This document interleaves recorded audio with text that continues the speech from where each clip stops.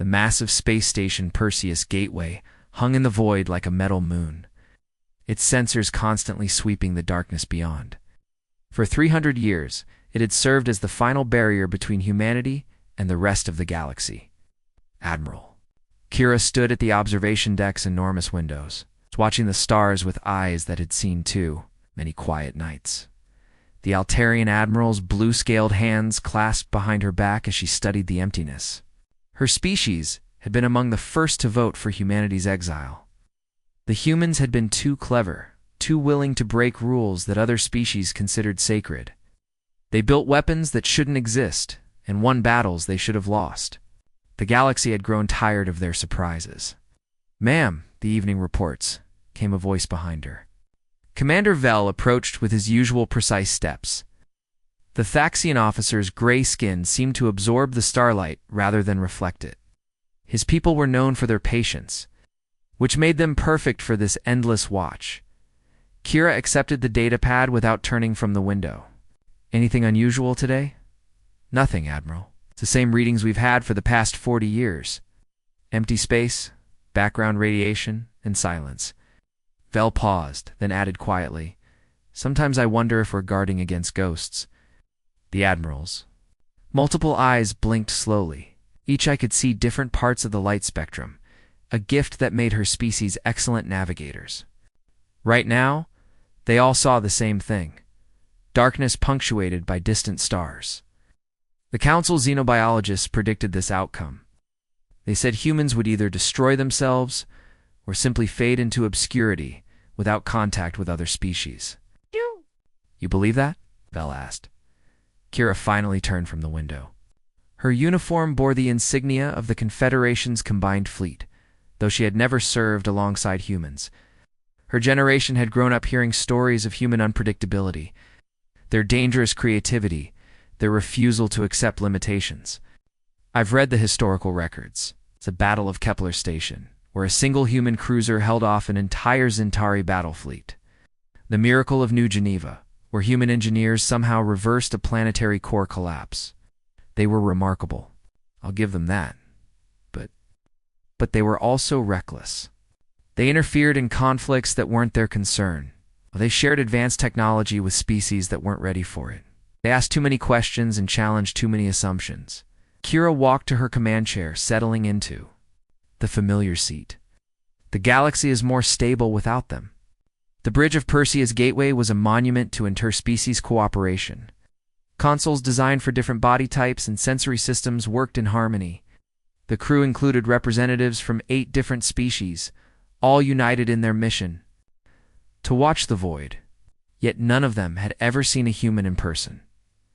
Lieutenant Zix, crystalline being from the Chorus Worlds, turned from her station. "Admiral, we're receiving the monthly status update from the inner systems. Trade routes are running smoothly, no conflicts reported. The Terran exclusion zone remains empty." "Thank you, Lieutenant." Kira pulled up the sector map on her personal display. The Terran exclusion zone appeared as a vast red circle on the star charts, marking the boundary beyond which no Confederation vessel was permitted to travel. Beyond that line lay the remnants of human civilization, or what was left of it. Commander Vel took his position at the tactical station. "I've been thinking about the old reports from the Exile period. The last human ships we tracked were refugee vessels, overcrowded and undersupplied. They were heading toward the Outer Rim, where the stars are sparse and the resources scarce." Your point.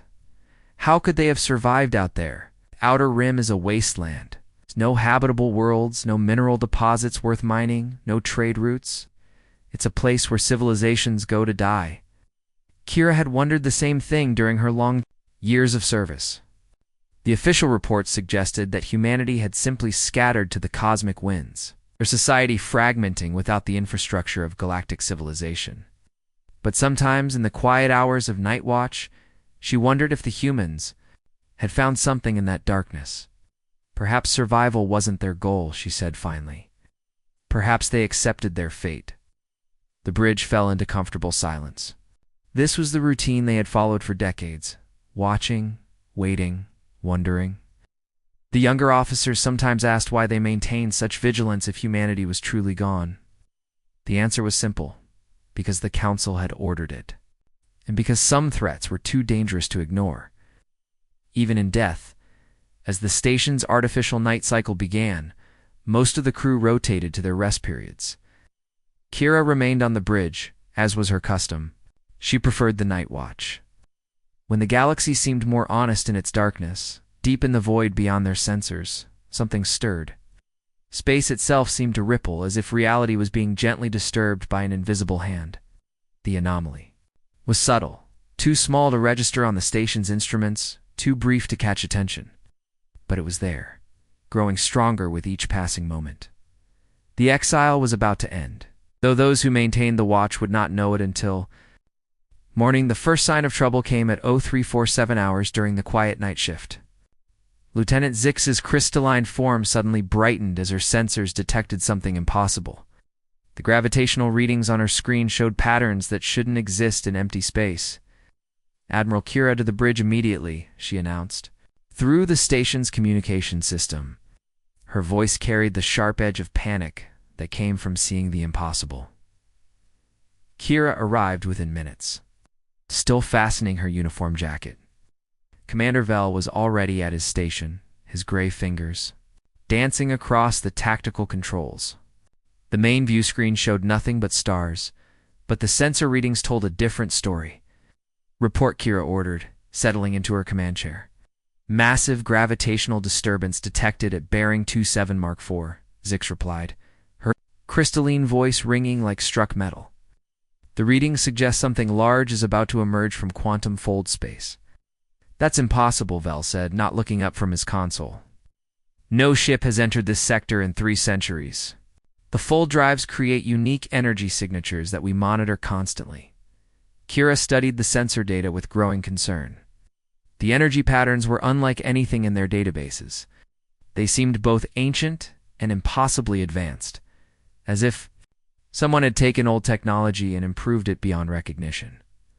"All stations battle alert," she commanded. "Raise shields and power weapons. Unknown vessel approaching the Perseus Gateway." The bridge erupted into controlled activity. Officers from different species worked together with practiced efficiency, their various forms of communication creating a strange symphony of clicks, whistles, and spoken words. The massive station's defensive systems came online, weapons that hadn't been fired in decades now ready for combat. Space itself seemed to tear open like fabric. Reality twisted and folded, creating patterns of light that hurt to look at directly. From this impossible wound in the universe, something emerged that made every officer on the bridge gasp in shock. The ship was enormous, easily 3 times the size of the largest vessels in the Confederation fleet. Its hull was dark metal, covered in scars and strange markings. Parts of it looked ancient, as if they had been built using technology from humanity's early space age. But other sections gleamed with materials that seemed to bend light around them. "By the 7 moons," whispered Commander Vel. "What is that thing?" The vessel hung in space like a sleeping giant, its weapons powered down but clearly visible. Kira could see gun ports that could swallow smaller ships whole, and strange projections that might be shield generators or something far more dangerous. This wasn't just a warship. It was a piece of moving fortress. "Incoming transmission," Lieutenant Zix announced. "They're using old human communication protocols, but the signal is incredibly strong." "Put it through," Kira ordered, her multiple eyes fixed on the view screen. The image that appeared made every alien on the bridge step back in surprise. A human male sat in what was clearly a command chair, wearing a uniform that bore symbols none of them recognized. He appeared to be in his 40s, with dark hair and calm eyes that seemed to hold secrets. Behind him, they could see other humans moving with quiet purpose. "This is Captain Ginwu of the United Earth ship Prometheus," the human said, his voice carrying clearly across the void. "We request permission to pass through this gateway and seek audience with the Confederation Council on Nexus Prime." Kira found her voice after a long moment. "This is Admiral Kira of the Perseus Gateway Station. Identify yourself and state your intentions." The Terran exclusion zone is closed to all traffic. The human captain smiled sadly. We are not bound by the exclusion zone, Admiral. The Prometheus has been beyond the rim for over 800 years. We return now because the galaxy faces a threat that requires unity. The records show that Prometheus was lost during humanity's early expansion period, Commander Vel said, his voice barely above a whisper. That ship should be nothing but space dust by now. On the view screen, Captain Jinwoo nodded, as if he had heard the comment. Time moves differently in the deep void, Commander. We have seen things that would terrify the Council, learned truths that change everything. Humanity brings both gifts and warnings to those who cast us out. Behind the captain, they could see other humans working at stations that looked both familiar and alien. A woman with short dark hair approached Jinwoo's chair and whispered something in his ear. Her movements were precise, military, suggesting she held high rank aboard the impossible vessel. We monitored your transmissions during our approach, Jinwoo continued. We know the galaxy believes humanity has faded away. We chose to let you believe that while we prepared for what is coming. What is coming? Kira asked, though part of her didn't want to know the answer. The human captain's expression grew grave. The Devourers, Admiral. All organic life in their path have been moving toward the galaxy's core for centuries, destroying everything in their wake. We have been fighting them alone, but the final battle approaches. The bridge fell silent except for the hum of machinery. Every officer stared at the view screen, trying to process what they were hearing. The humans hadn't died out or faded away. They had been fighting a war that the rest of the galaxy didn't even know existed. You're asking us to trust you, Kira said finally. I'm asking you to survive, Jinwoo replied. The great chamber of the Confederation Council had not seen such chaos in over a century.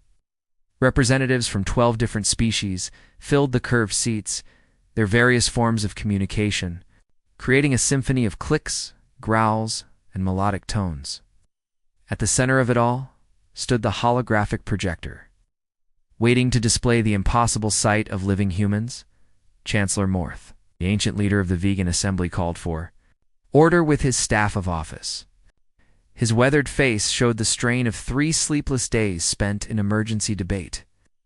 The matter before us challenges everything we believed about the human exile, he announced, his voice carrying to every corner of the chamber.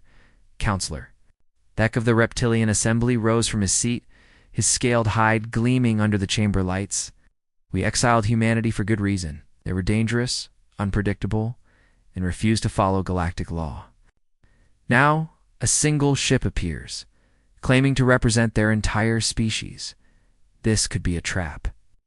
Or it could be our salvation, countered Counselor Yara of the Aquatic Worlds. Her translation device converted her water-based speech into audible words.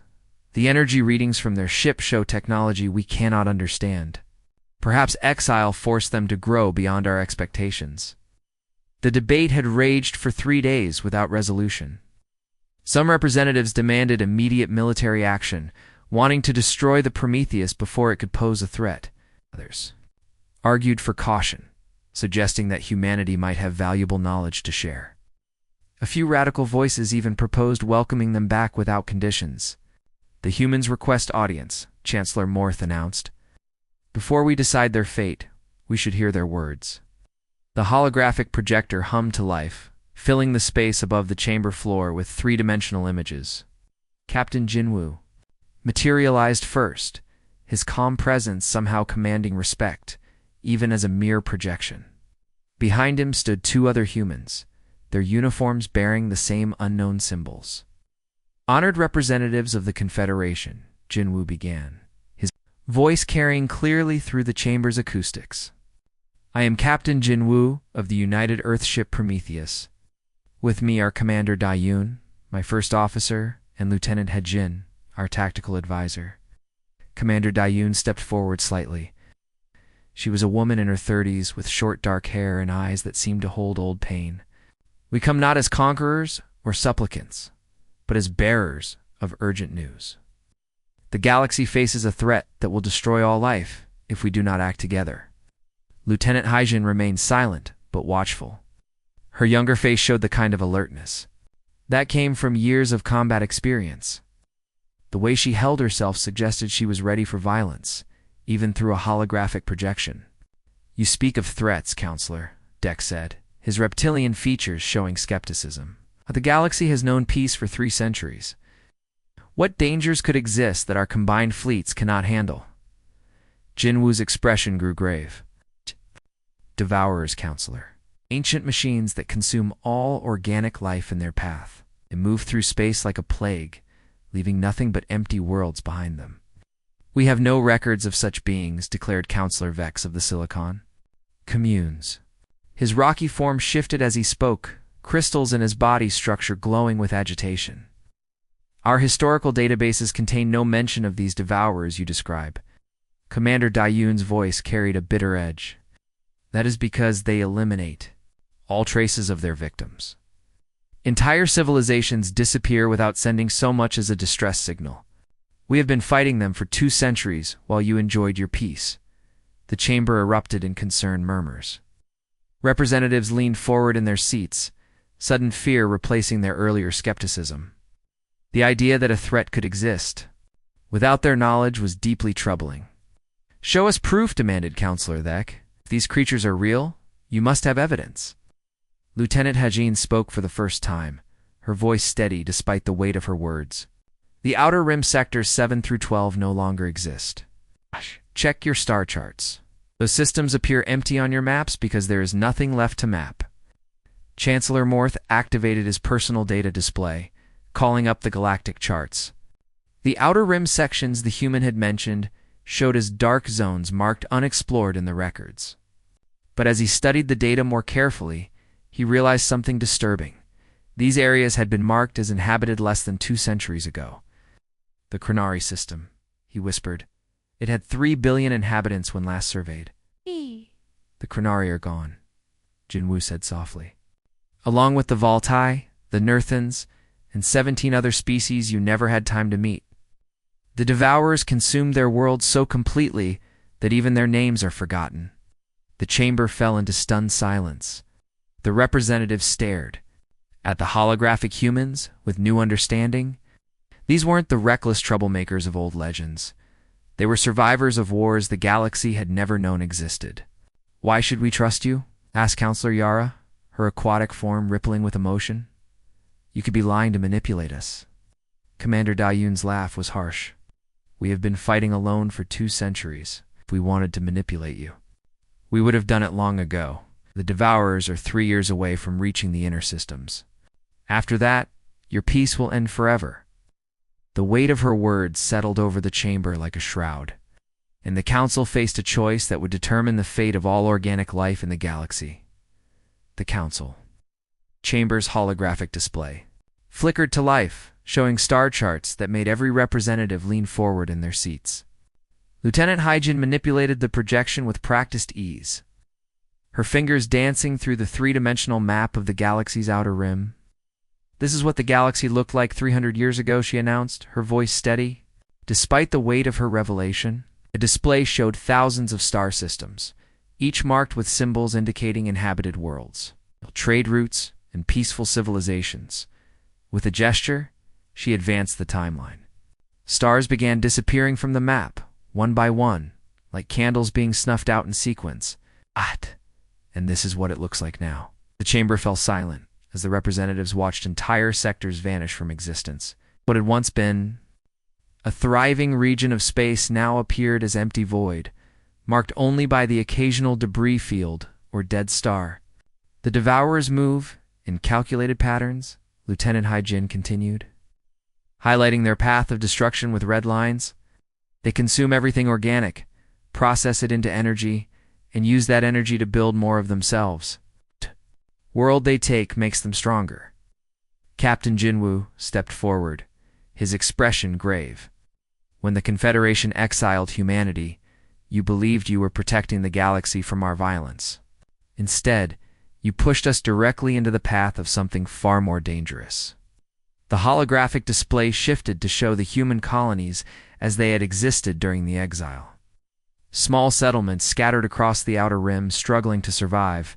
In hostile environments, Then the red lines of Devourer advance began intersecting with human territory. First contact occurred at the Tau Ceti colonies, Jinwu explained. We lost 3 million people before we even understood what we were fighting. The Devourers don't communicate, don't negotiate. They simply consume and move on. Commander. Dayun activated another section of the display. The survivors fled deeper into the rim, but the Devourers followed. We realized that running would only delay the inevitable. Someone had to make a stand. The star chart now showed the front line of humanity's desperate war. Battle sites marked in amber dotted the outer rim, each one representing a place where humans had fought and died to slow the Devourer advance. We've been fighting them for 2 centuries, Lieutenant Haijin said, her voice carrying the weight of countless battles. Every world they take makes them stronger, but every world we deny them buys the galaxy more time. The Counselor with ex-reptilian features showed confusion. But how did you survive? The records show that humanity was scattered and weakened by the exile. Jinwu's expression softened slightly. We survived because we learned to work together in ways the old humanity never could. The Devourers threatened everyone equally. Species, politics, old grudges. None of that mattered when faced with extinction. The display shifted to show the interior of the Prometheus. The council representatives gasped as they saw the ship's crew.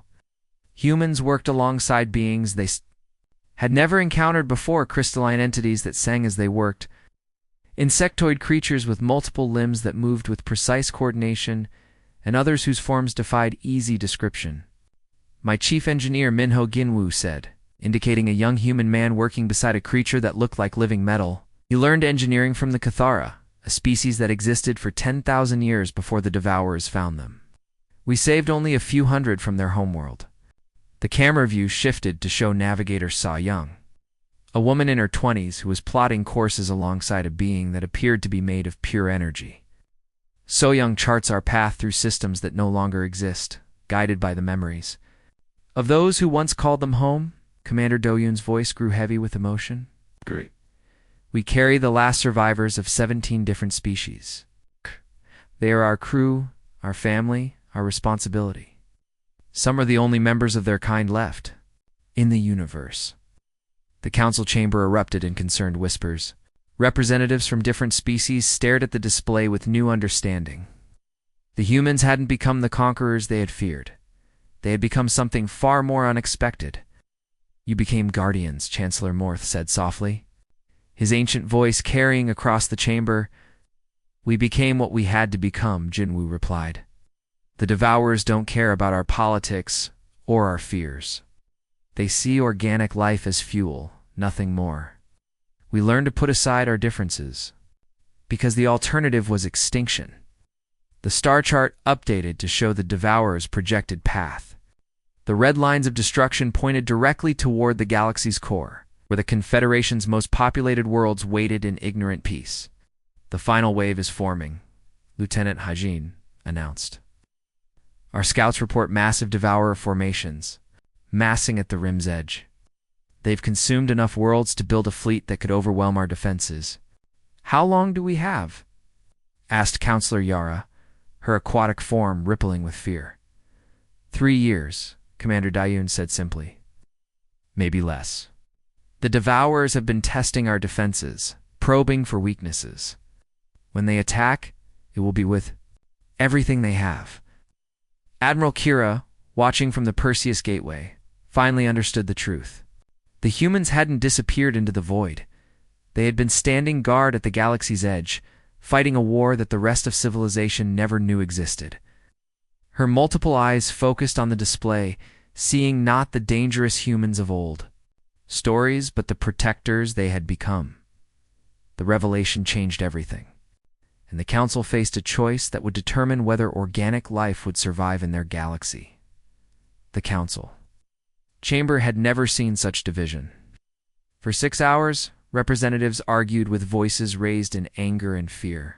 The holographic humans stood silent in the center, watching as their fate was decided by species who had cast them out 3 centuries ago. Counselor slammed his scaled fist on his desk. We exiled them for good reason. They were dangerous then, and they are dangerous now. How do we know this isn't an elaborate trick to regain access to our worlds? Because they could have taken our worlds by force if they wanted them, Counselor. Yara replied, her aquatic form shimmering with emotion. That ship could destroy any fleet we send against it. If they meant harm, why would they ask for permission? The debate raged on, splitting along old lines of fear and mistrust. Some representatives remembered stories of human unpredictability, their tendency to break rules and challenge authority. Others saw the logic in their words and the proof in their star charts. Chancellor Morth raised his staff for silence. We need more information before we decide. I am ordering a full review of our Outer Rim intelligence reports. Meanwhile, at the Perseus Gateway, Admiral Kira was conducting her own investigation. She had pulled every classified file she could. Access, searching for any mention of unusual activities in the outer systems. What she found made her blood run cold. Ow! Commander Vel, she called, her multiple eyes scanning the reports. Look at these patrol logs from the last 50 years. Ships disappearing near the rim, strange energy readings, unexplained gravitational anomalies. Vel studied the data with growing alarm. The reports were classified as natural phenomena or equipment malfunctions, but the pattern is clear once you know what to look for. The records showed a steady increase in mysterious incidents. Trading vessels that never reached their destinations. Science ships that stopped transmitting without warning. Entire mining operations that simply vanished, leaving only empty space. Where thriving communities once existed. The Devourers aren't coming, Kira whispered. They're already here. She activated the emergency communication channel to the Council. Chancellor Morth, this is Admiral Kira. I have urgent intelligence that changes everything. The Council Chamber's debate stopped as Kira's voice filled the space. I've reviewed 50 years of classified reports. Signs were there all along, but we explained them away. The Devourers have been probing our space for decades. The holographic display shifted to show the intelligence reports, patrol logs, missing ship reports, and unexplained phenomena painted a picture of systematic testing. The Devourers hadn't been idle. They had been learning about Confederation. Defenses while the galaxy slept in ignorant peace. Captain Jinwoo's expression grew grim. They always scout before the main attack. Your people have been disappearing. For years, but you never connected the losses to a single threat. The Antares mining colony, Lieutenant Hygen said, highlighting a report. 12,000 workers vanished overnight. The official explanation was equipment failure, but the energy readings matched Devourer technology. ID readers station. At Wolf 359, Commander Dayun added, gone without a trace. 300 scientists studying stellar phenomena. The Devourers were studying them in return. The Council Chamber fell silent as the weight of revelations settled over them. The threat wasn't coming in 3 years. It was already testing their defenses, learning their weaknesses, preparing for a final assault. We need to decide now, Chancellor Morth announced. Do we accept humanity's offer of alliance? Or do we face this threat alone? The vote was close. 6 species voted for acceptance, 5 against, with 1 abstention. The margin was narrow, but it was enough. The decision is made, Chancellor Morth declared. The exile is lifted. Humanity is welcomed back into the galactic community. Captain Jinwoo bowed his head respectfully. We accept the Council's decision. Our ships will begin moving to defensive positions immediately. The transmission ended, leaving the Council Chamber in stunned silence. They had just made a choice that would reshape the galaxy's future, and none of them knew if it was the right one. Aboard the Prometheus, the crew prepared for departure. Chief Engineer Minho worked with his alien colleagues to optimize the ships. Systems, Navigator Soy Young plotted courses to rally points where human and Confederation forces would meet. The bridge hummed with activity as centuries of isolation came to an end. Signal from the Confederation fleet, Lieutenant Hyjin reported. Admiral Kira is leading a battle group to join us at the front lines. Ginwoo nodded, watching through the viewports as massive Confederation warships began emerging from fold space. Ships he had only seen in historical records now moved to join humanity's lonely war. Commander Dayun stood beside him, her expression thoughtful. 300 years of exile, and they're welcoming us back as protectors. There's poetry in that. Poetry we might not live to appreciate, Jinwoo replied. The real war is about to begin. The Prometheus turned toward the outer rim, followed by the largest fleet the galaxy had seen in centuries. Behind them, the Confederation's worlds continued their daily lives, unaware that their survival now depended on the species they had once cast out. The exile was over.